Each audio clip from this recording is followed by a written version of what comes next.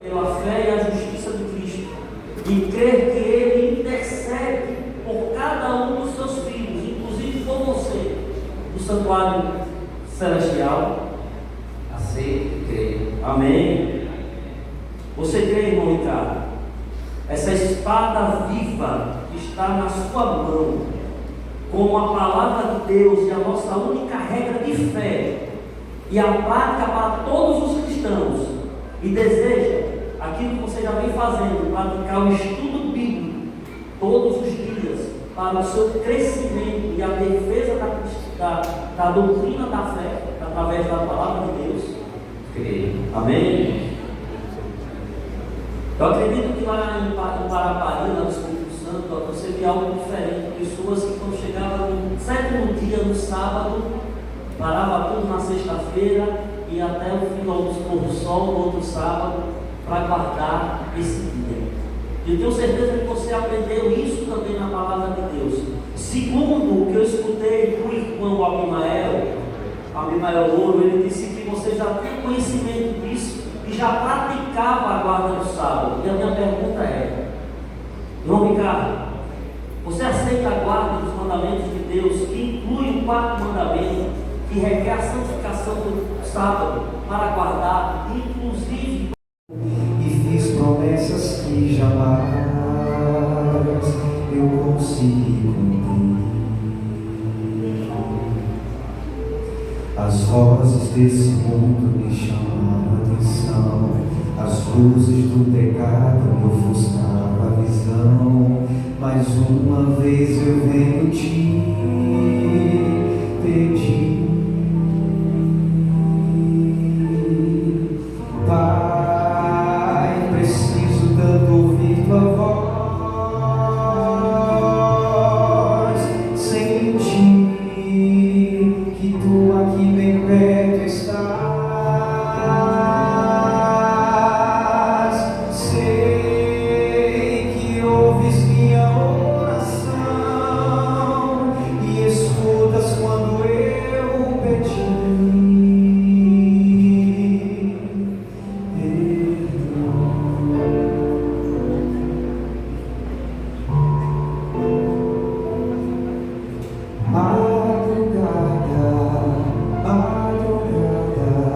Me traz pra junto do meu Deus. Madrugada, me devolve a paz do céu, pois eu sei que o sol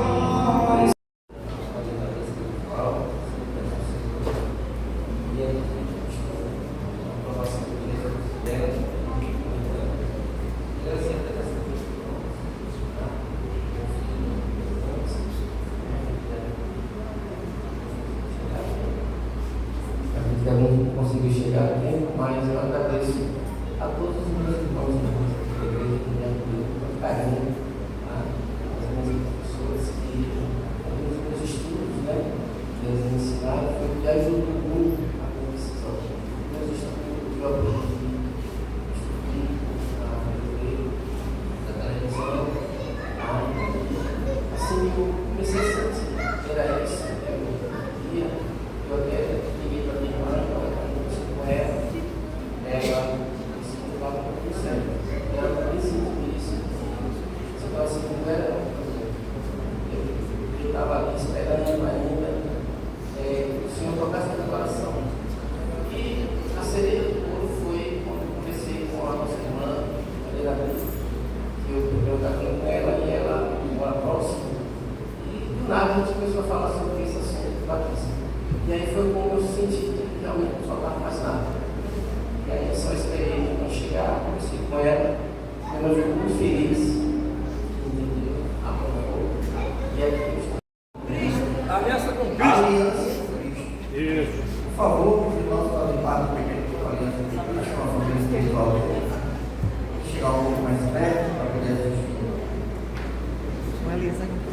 Amigos, para muitos o batismo é apenas molhar o corpo. Mas eu vim aqui para dizer para você que o batismo é muito mais que molhar o corpo. O batismo é lavar a alma. Lavar a alma dos nossos pecados, lavar a alma daquilo que não agrada a Deus. Não é pecado não esse grupo não, gente. Esse grupo imaginava.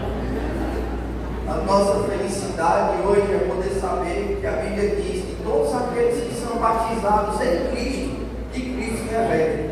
E hoje, o irmão Ricardo vai ser uma nova criatura em Cristo Jesus. Ele vai poder dizer, não sou mais eu que vivo, mas é Cristo que vive em mim. E para que Jesus possa nascer no seu interior e para que o seu corpo seja santuário do Espírito Santo, nós agora vamos proceder com esse segredo. Eu perguntei no vídeo, vocês me disseram que não tinha. A culpa é de Alex. Eu perguntei, tem um vídeo? Ele disse, não. Alex está em pecado. Tem nada que entende dele. Tem um vídeo aí, gente. E eu disseram que tinha, depois Alex disse que não tinha, mas no final tem.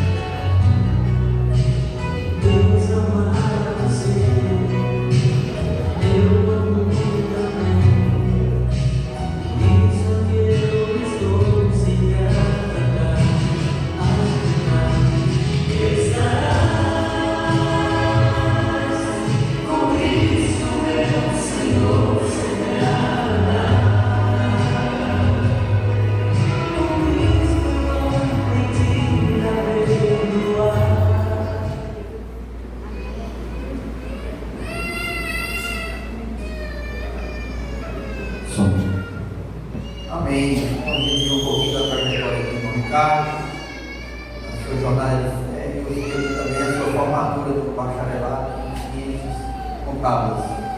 Salomão vai entender que o senhor está limpo e purificado.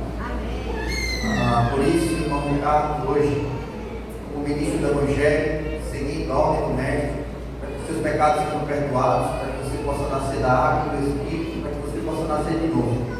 Agora, batismo.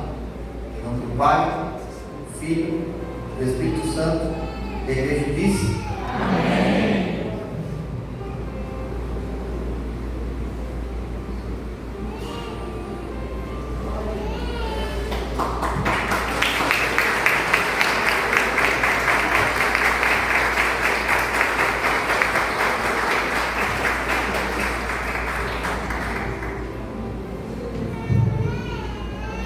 Nada mais justo que primeiro sua mãe. O ventre da mãe é a incubadora do amor de Deus. É de lá que nós recebemos vida e vida eterna. E a fila para abraçar esse homem vai ser grande. Eu não sei nem como é que vai ser o sermão de hoje. Porque o tanto de abraço que esse homem tem para levar.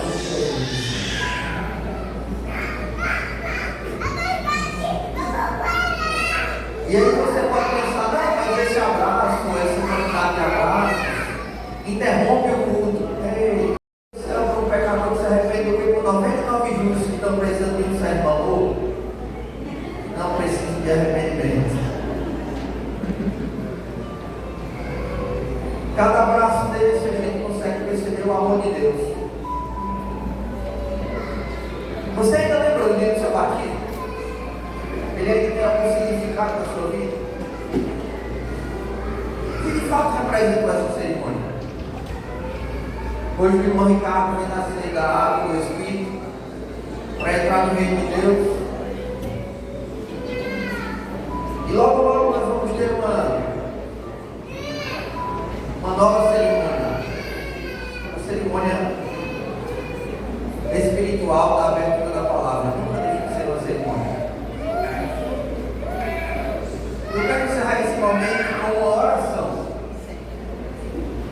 Mas eu queria fazer essa oração não somente pela vida dele, mas pela vida de qualquer pessoa pessoa que ainda não tenha passado pela experiência do batismo e deseja vivenciá-lo. Veja, esse é um convite simples. E se você aceita ele, é bom para você. Se você não aceita, é ruim para você. Então a única pessoa que importa nesse momento é você. Você que deseja viver a semelhança do nosso Ricardo, a semelhança do próprio Cristo, a semelhança de todo o discípulo de Jesus. Eu também quero ser batizado. Então você que ainda não foi batizado, permita-me orar pela sua vida.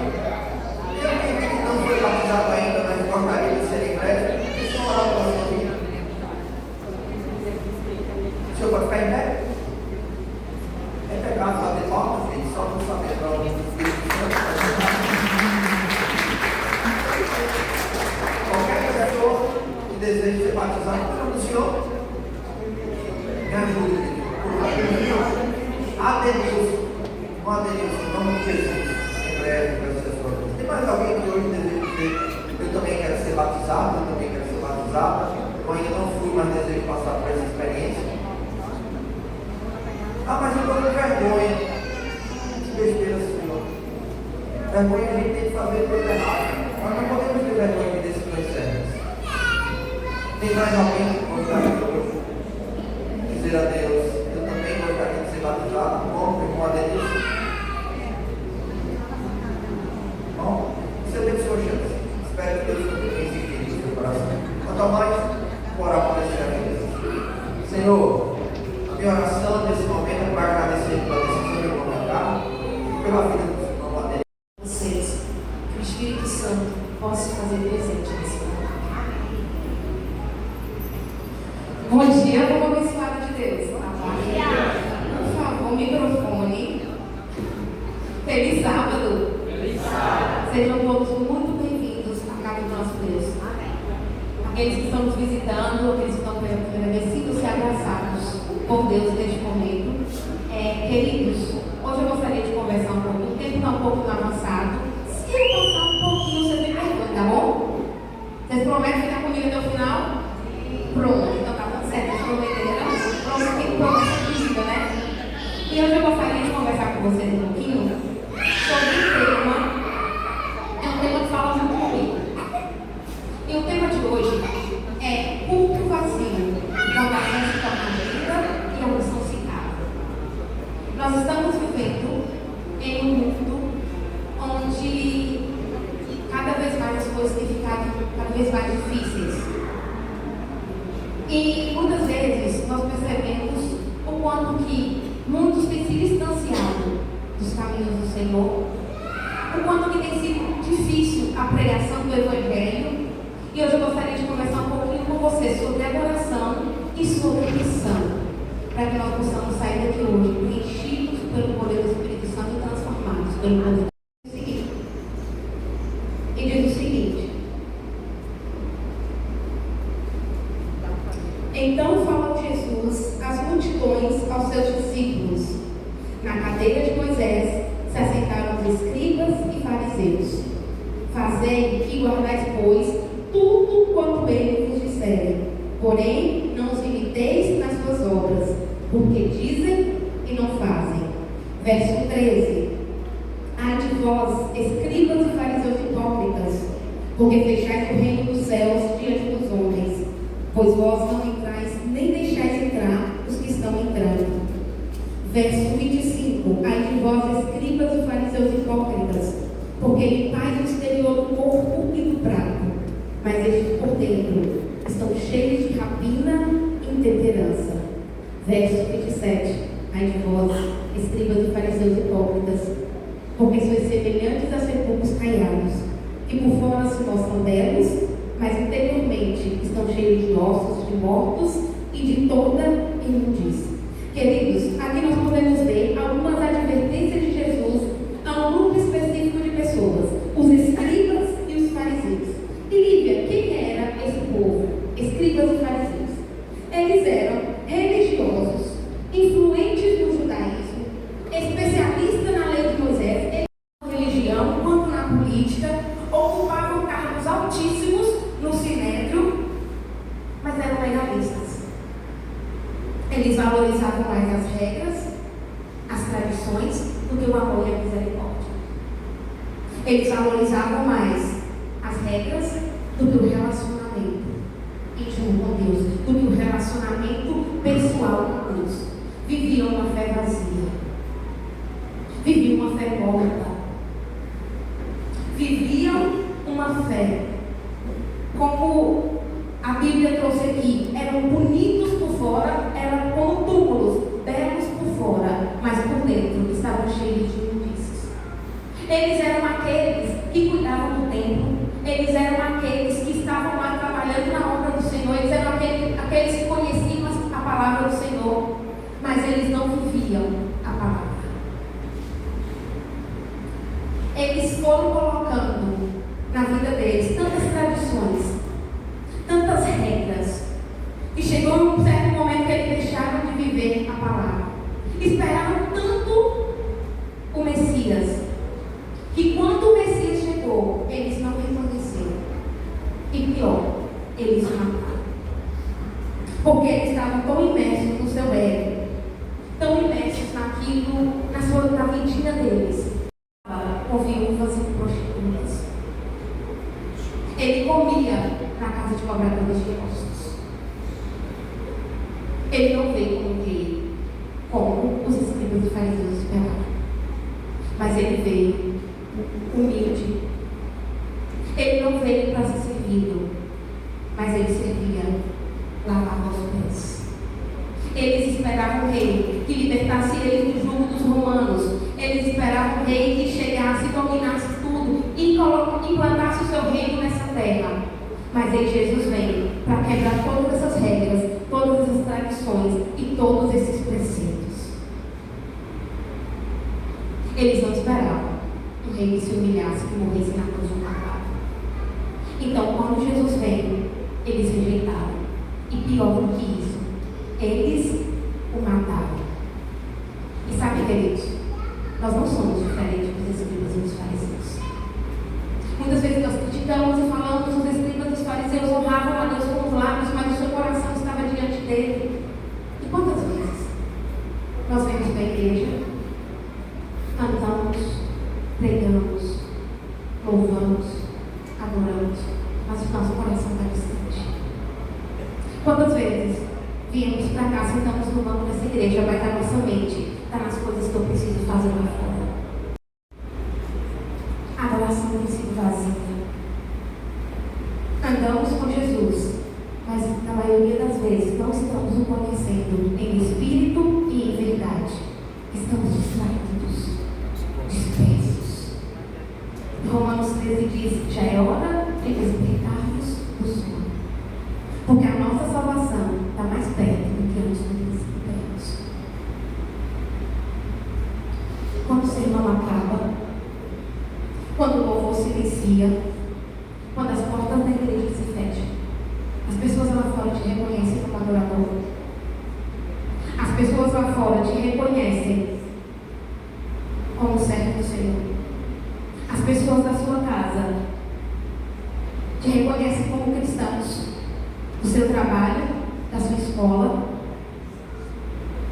Queridos, a fé não é um evento de agenda, onde muitas vezes eu digo: eu fui para o culto no sábado de manhã, então eu cumpri o meu papel de cristão.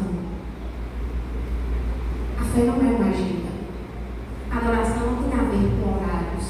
A adoração não tem a ver com rituais, como muitas vezes os fariseus e os escribas acreditaram.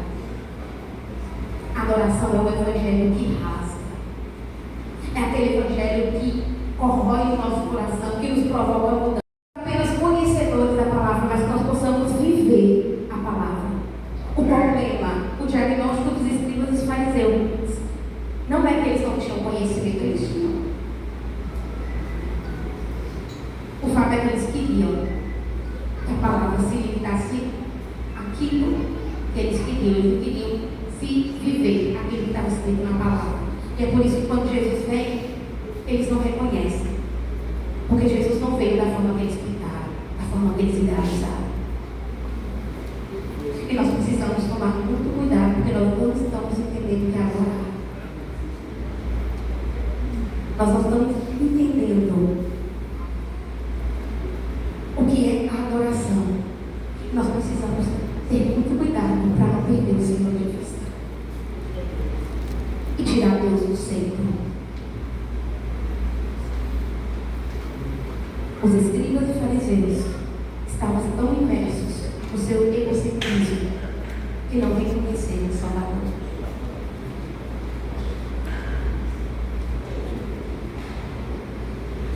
Nós precisamos entender o que é adoração.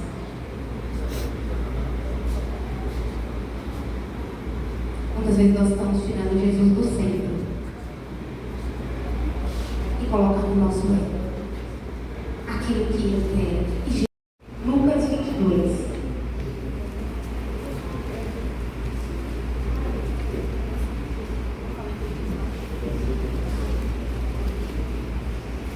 E aqui no livro de Lucas 22, Jesus ele faz outra advertência, só que agora para um personagem diferente. No primeiro ele fez umas advertências para os escribas e para os fariseus. E agora ele vai fazer advertência para Pedro. Lucas 22, verso 31 diz o seguinte: Simão, Simão, eis que Satanás vos reclamou para vos peneirar como trigo. Eu, porém, roguei por ti, para que a tua fé não desfaleça. Tu, pois, quando te converteres, fortalece os teus irmãos. Ele, porém, respondeu: Senhor, estou pronto para ir contigo, tanto para a prisão quanto para a morte. Mas Jesus lhe disse: afirmo-te, Pedro, que hoje 3 vezes me negarás, antes que o galo cante. Queridos, aqui, Jesus ele faz uma advertência para Pedro, ele vai dizer para Pedro: Pedro, eu estou orando por ti, Pedro. Porque Satanás está te mandando, Pedro, ele quer te destruir. E Pedro diz para Jesus: Jesus, ainda que o Senhor, ainda eu estou pronto, ele vai dizer para Jesus, perdão, Senhor, eu estou pronto para ir contigo, tanto para a morte quanto para a prisão. Mas Jesus sabia que Pedro não iria sustentar aquelas palavras, porque o relacionamento que ele tinha com Jesus ainda era muito raso. A comunhão que ele ainda tinha com Jesus era muito rasa. Ele andava com Jesus, ele via os milagres de Jesus, ele via as pregações de Jesus, mas o relacionamento dele com Deus, com Jesus, ainda era muito raso. E no momento mais importante, quando Jesus estava sendo levado para o sinédrio, a Bíblia me diz que Pedro seguia Jesus de longe. Antes dele negar Jesus, ele seguia Jesus de longe. E a pergunta que eu tenho para você é: quanto distante você está dele? Quantas vezes nós criticamos Pedro por ter negado Jesus? Se fosse eu, não faria isso. Quantas vezes nós negamos ele por menos? No momento mais importante, Pedro, que dizia que ia morrer ou ir para a prisão com Cristo, seguia Jesus de longe. Sobre da nossa vida, mas quando a gente precisa, ele é a primeira pessoa a quem recorremos. Muitas vezes as nossas orações são vazias. Vamos para Deus com uma lista do que Ele tem que me dar. E eu acho que Ele tem que me dar. Orações vazias, cultos vazios, fé vazia.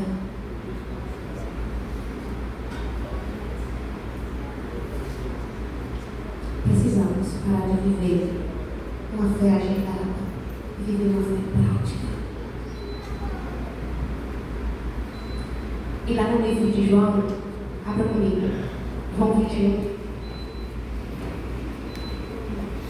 Depois que Pedro nega a Cristo, segue Jesus de longe, Jesus agora vai restaurar a fé de Pedro.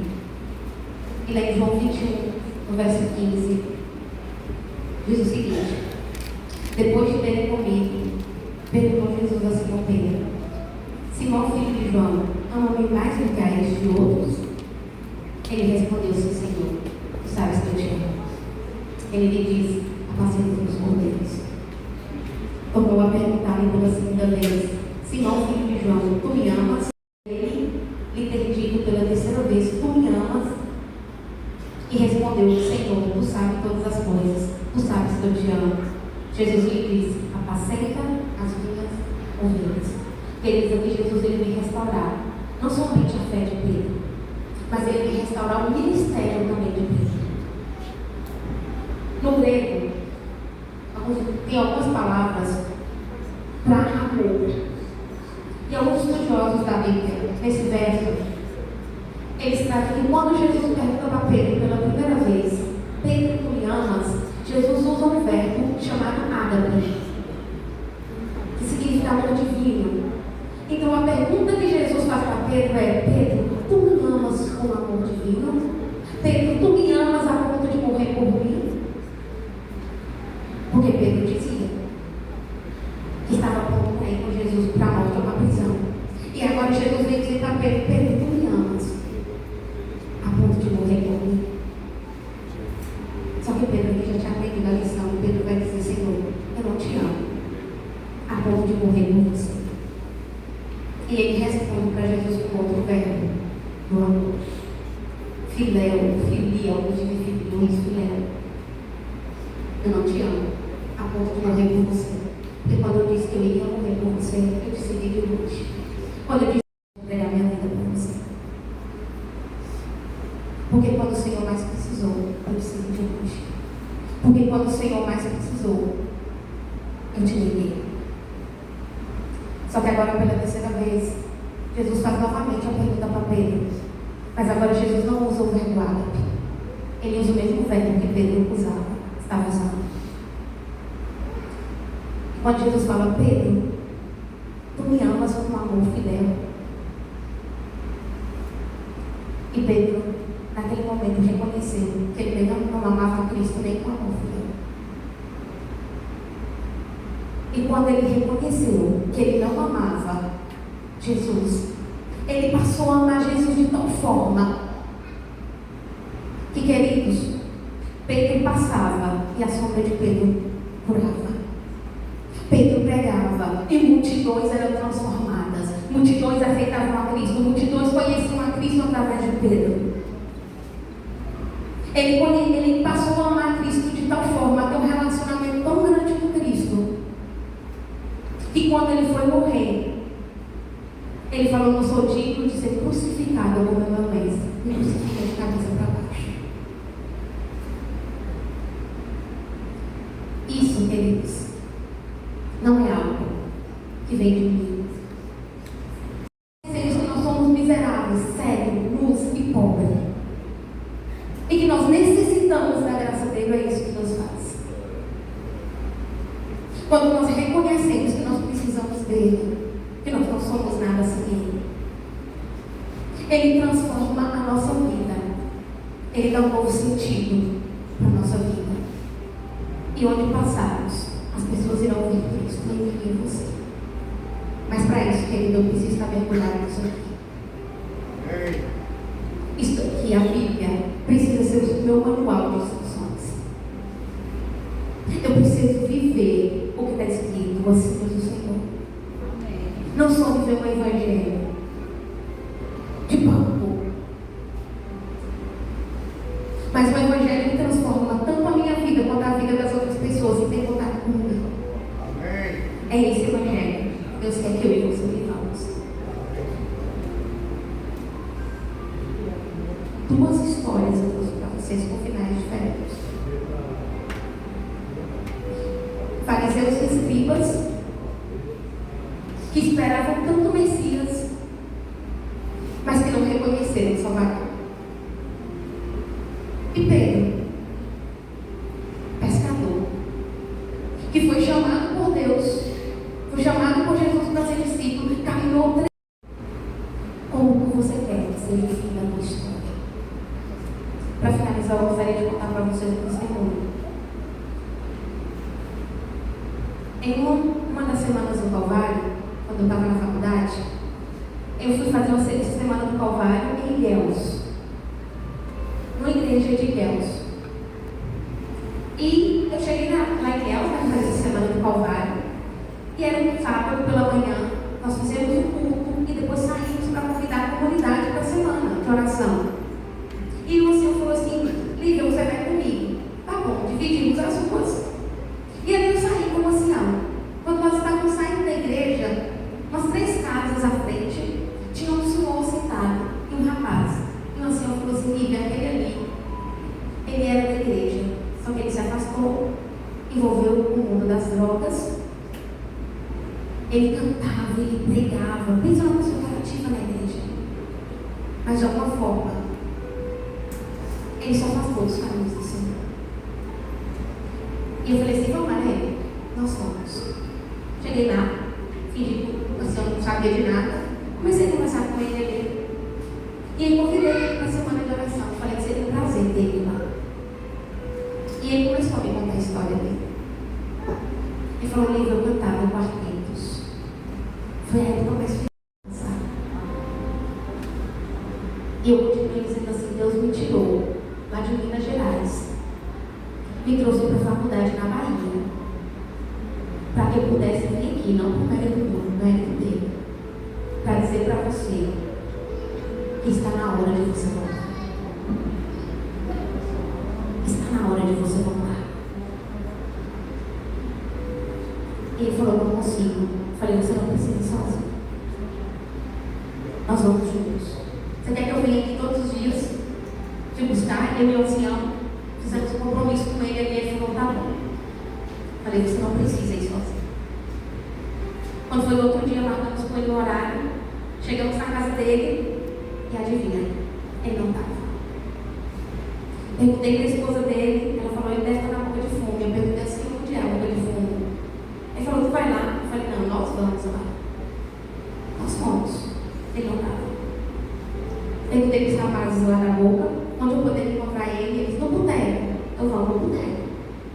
Nós marcamos com ele. Ele vai. Fomos no boteco, ele não estava. E foram todos os dias. E eu falei: eu não vou desistir dele. Alguns dizem: não desistir dele. E aí, 4 horas da manhã, estava eu e a igreja toda na igreja, orando por ele. Na casa lá, na calçada. E eu cheguei toda feliz e eu falei: cara, hoje é o último dia, que bom que você tem. Vamos entrar? Aí ele falou: eu não estou conseguindo agora. Eu estendi a mão e falei: vamos? Eu vou com você. E ele falou: vamos esperar mais um pouquinho? Eu falei: tá bom. Sentei do lado dele. E o culto começou. Começou os louvores, começou a cantar, solteiro e tal. E o irmão veio correndo: Lívia, já está na hora de você pregar. Eu falei: vamos, agora está na hora. Aí ele falou: eu vou. Pode ir, eu estou indo. Eu entrei. Ele não entrou. Mas eu deixei toda aquela pregação.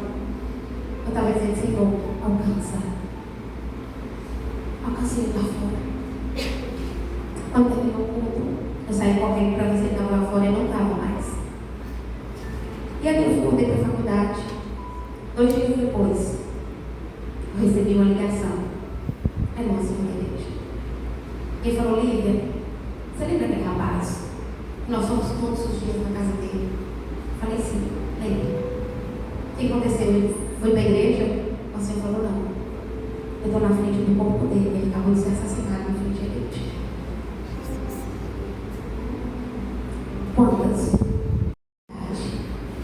Para que ele voltasse.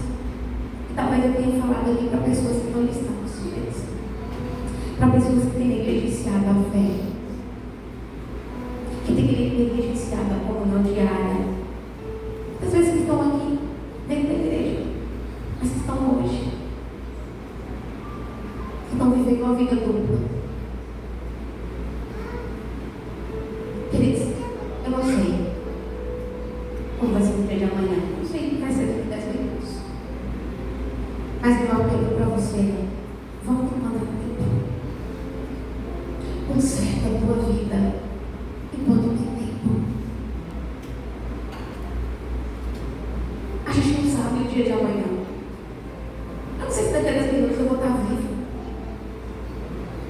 queridos, ninguém vai se perder porque não conheceu a Deus.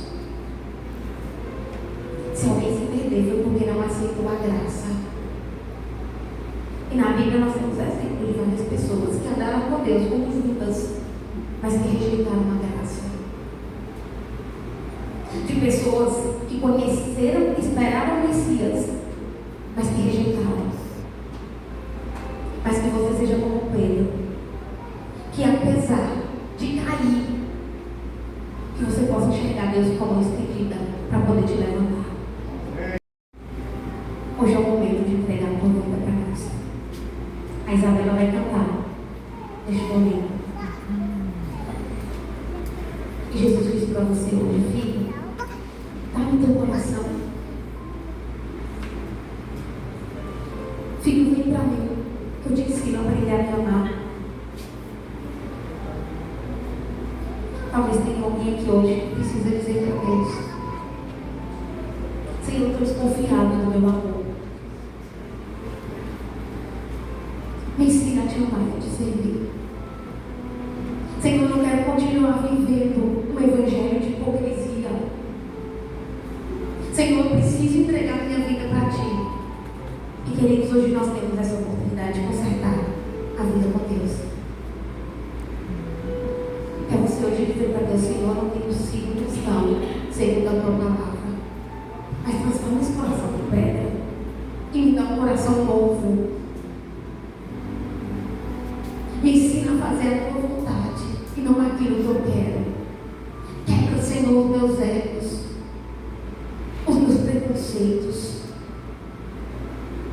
e me transforma assim como o Senhor transformou a vida de Pedro. Muda meu coração e a minha mente. Tem alguém que quer dizer para Cristo: Senhor, eu quero ser mudado, eu quero ser transformado por Ti. Mas a vida com Cristo, nós precisamos dar o primeiro passo. E eu sou a primeira pecadora de todas que necessita da graça dele.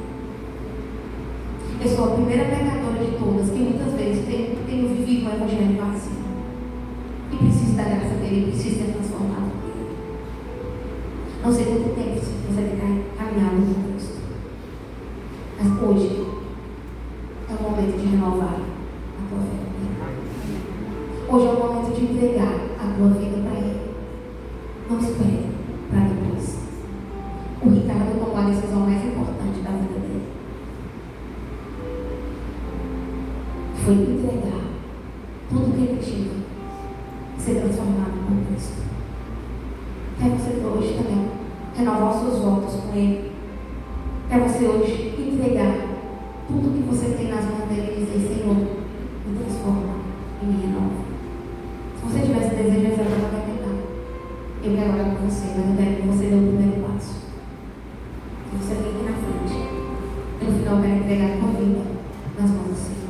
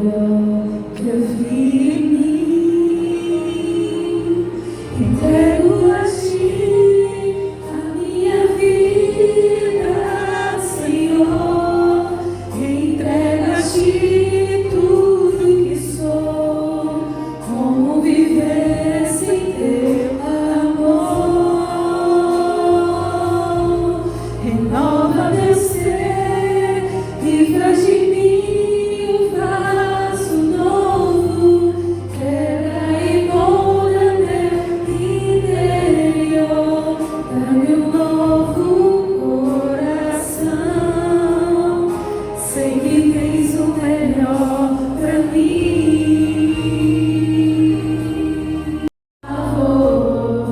Ao entregar Jesus na cruz pra morrer em meu lugar, o mundo carente de amor, onde existe luta e dor, eu quero ser a tua voz, levando paz aos corações. Entrego a ti a minha vida, Senhor. Entrego a ti tudo que sou. Como viver sem teu amor? Renova meu ser e faz de mim um vaso novo. Quebra e molda meu interior. Dá-me um novo coração. Sei que tens o melhor pra mim.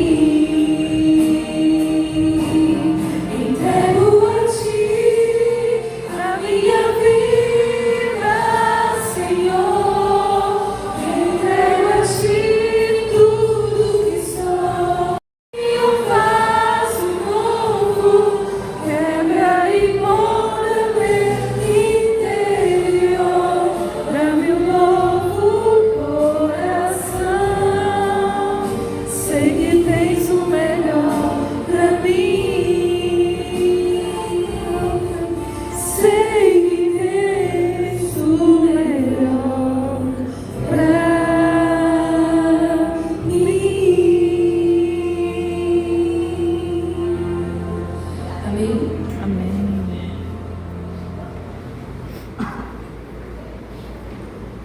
Amém. Louvado seja Deus pela proteção. Queridos, que todos os dias da nossa vida nós possamos ter essa entrega completa. A comunhão que eu tive com Jesus ontem, ela não serve para hoje.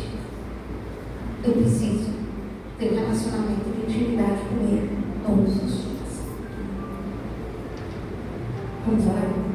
Soberano Deus, Paizinho, eu estou aqui com teus filhos.